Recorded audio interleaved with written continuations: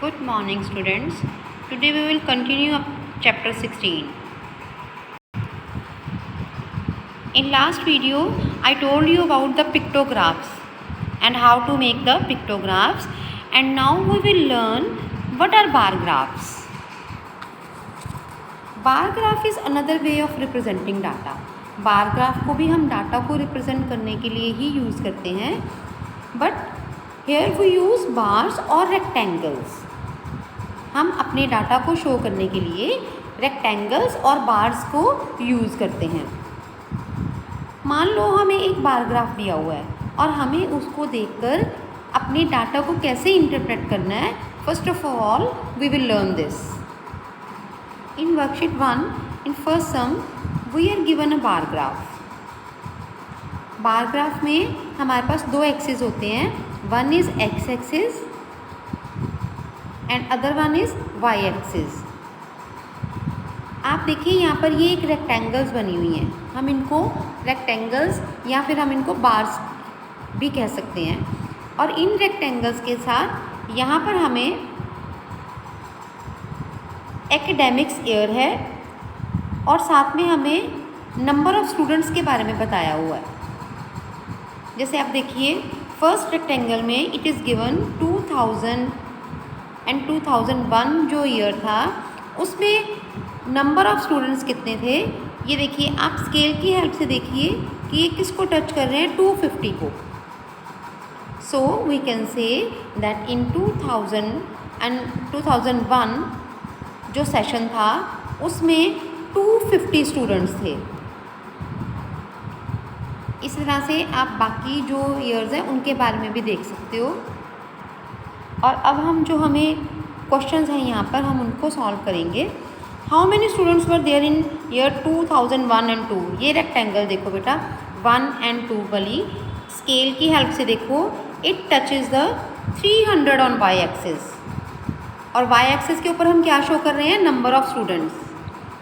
X axis के ऊपर हम शो कर रहे हैं academic year.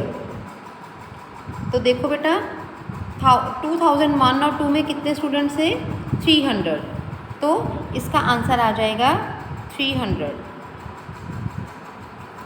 Next is how many students were there in the year 2003-4. 3-4 का देखिए बेटा 3-4 स्केल से देखो बेटा it touches 450 on Y axis. So I will write here 450. Name the years in which number of students were the same. Rectangle देखो कहाँ पर same height की हैं. यू कैन सी ये तो स्मॉलर है और ये दोनों जो हैं ये हमें कुछ ज़्यादा बड़ी लग रही हैं. सो सेम हाइट में जो ये दो रेक्टेंगल्स हैं और यहाँ पर ईयर क्या लिखा है 2001, 2002 एंड 2002 एंड 2003. इस सेशन में जो नंबर ऑफ़ स्टूडेंट्स थे वो सेम थे. 2001, 2002, 2003. In which year the number of students was maximum? Also how many were there in this year? Maximum means सबसे ज़्यादा. आप देख सकते हो सबसे ज़्यादा इस ईयर में हमें जो है वो स्टूडेंट्स नज़र आ रहे हैं. और ये कौन सा ईयर है, 2004 एंड 2005.